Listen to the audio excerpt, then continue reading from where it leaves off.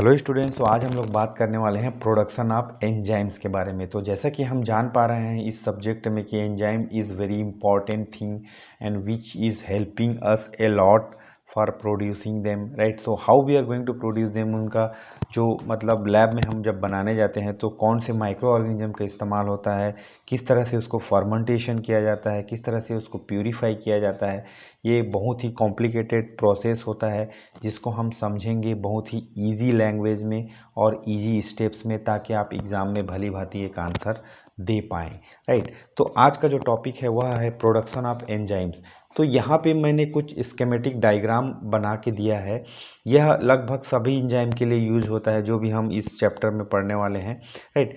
तो ये स्टेप को आप अच्छे से याद करके लिख के प्रैक्टिस कर सकते हैं। इसमें पहला आप एक जस्ट सिलेंडर देंगे, यहाँ पे सिलेंडर टाइप ऑफ स्ट्रक्चर, उसका नाम दे सकते हैं आप प्रिजर्व्ड इनोक्युलम।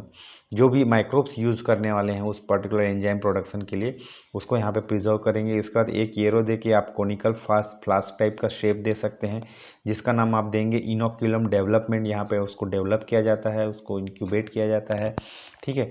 उसके बाद एक टैंक टाइप का बनाएंगे जिसमें इस तरह से एक स्टैंडिंग लाइन रहेगा। उसके बाद कुछ छोटे छोटे स्लीपिंग लाइन आप दे सकते हैं आजू बाजू। उसका नाम दे सकते हैं आप इनोक्यूलेशन टैंक। यहाँ पे इनोक्यूलेशन होता है डेवलप होने के बाद। उसके बाद आता है फाइनली फर्मेंटर में, जहाँ पे फर्मेंटेशन टेकन प्लेस होता है ना। और उसके बाद यह जाता है सेल डिस्ट्रप्शन में। सेल डिस्ट्रप्शन होने के बाद हम उसको सब्जेक्ट करते हैं फिल्ट्रेशन के लिए, जहाँ पे हम सेल डेब्रिस वगैरह जो रहते हैं उसको यहाँ पे आउट कर देते हैं। उसके बाद रिमूवल ऑफ न्यूक्लिक एसिड को भी हटाना पड़ता है। उसके बाद आता है वो साल्ट ट्रीटमेंट देते हैं ताकि हम उसको एक अच्छी तरीके से प्यूरीफाई कर पाएँ।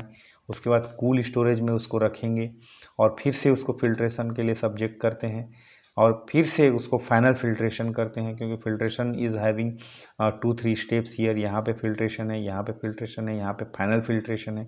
इस चीज़ को आप याद रखना। उसके बाद फ्रीज ड्राइंग करते हैं और एंजाइम पाउडर फाइनली हम ऑब्टेन कर लेते हैं। That can be useful for industrial purpose and so many other study and research and development purpose, ठीक है।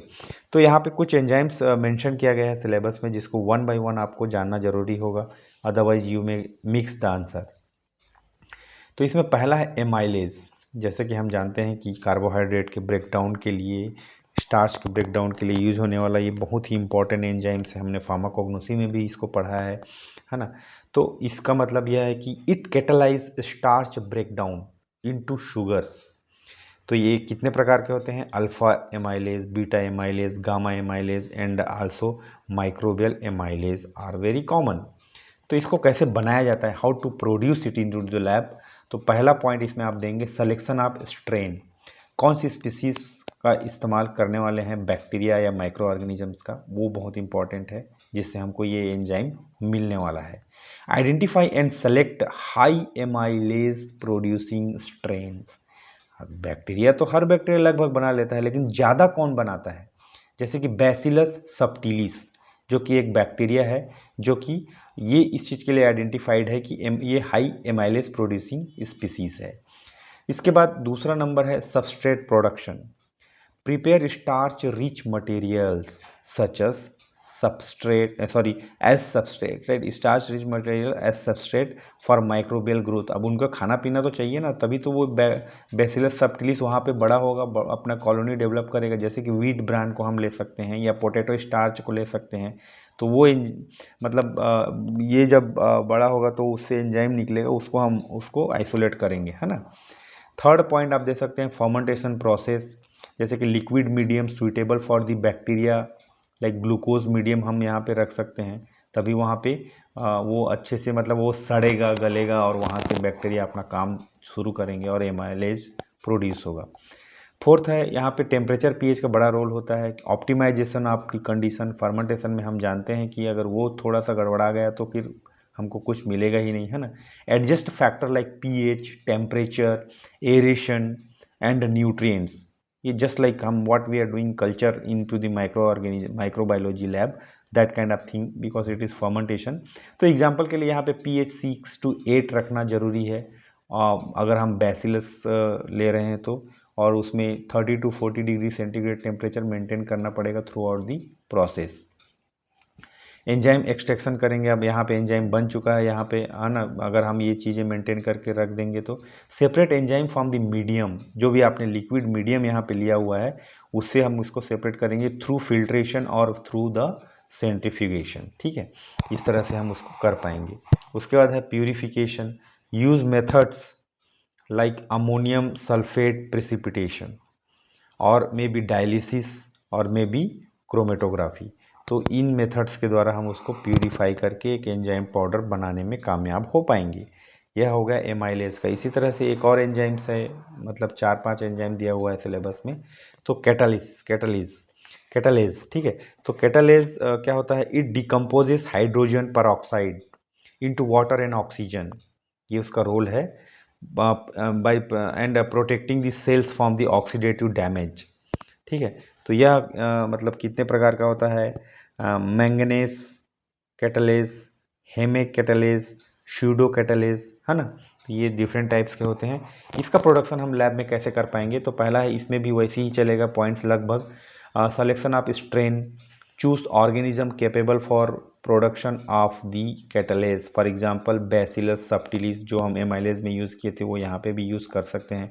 एस्परजिलस नाइगर जो कि फंगस है ना, ये बैक्टीरिया है, ये फंगस है, तो इनका इस्तेमाल हम कर सकते हैं कैटालेज के प्रोडक्शन के लिए। दूसरा पॉइंट आप देंगे substrate preparation, obviously provide growth medium rich in the nutrients, for example glucose वहाँ पे भी लिए थे। यीस्ट एक्सट्रैक्ट भी हम ले सकते हैं जिससे वे सबस्ट्रेट बन जाएगा। Fermentation process, use appropriate fermentation technique, for example submerged fermentation बहुत फेमस है कैटालिस्ट के प्रोडक्शन के लिए, है ना। उसके बाद चौथा नंबर में ऑप्टिमाइजेशन ऑफ कल्चर कंडीशन, जैसे कि पीएच टेम्परेचर, पीएच 6 से 7 होना चाहिए, सिर्फ 7 लिख दिया था यहाँ पे, 6 से 7, है ना। एंड टेम्परेचर 30 से 40 डिग्री सेंटीग्रेड होना चाहिए फॉर बैसिलस स्ट्रेन अगर आप लेते हैं तो। उसके बाद एंजाइम एक्सट्रैक्शन करना होगा, harvest enzyme by filtration of culture, ठीक है। उसके बाद उसको प्यूरिफाई करना पड़ता है। प्यूरिफिकेशन 6 नंबर में अमोनियम सल्फेट प्रिसिपिटेशन मेथड के द्वारा हम उसको कैटालिस्ट को प्यूरिफाई कर पाएंगे, राइट। तो यह है आपका एंजाइम प्रोडक्शन, और 2 एंजाइम हमने इस क्लास में कवर किए हैं। ये जो ऊपर का जो स्कीमेटिक डायग्राम है that you are going to give in whatever the enzyme it will come in exam, उसको इस डायग्राम को आप देंगे, क्योंकि लगभग ये मेथड और ये स्टेप्स हर एंजाइम के प्रोडक्शन में फॉलो होता है, right.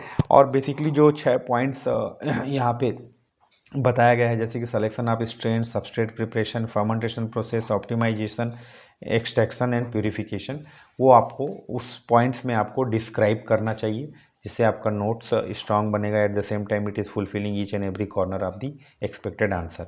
These notes will be available in Telegram channel. Link I will give you in the description box. By clicking the link you can reach to the Telegram channel and you can download it as a PDF. If you want you can prepare your own notes or you can read it directly from these notes. Thank you. Bye bye. All the best.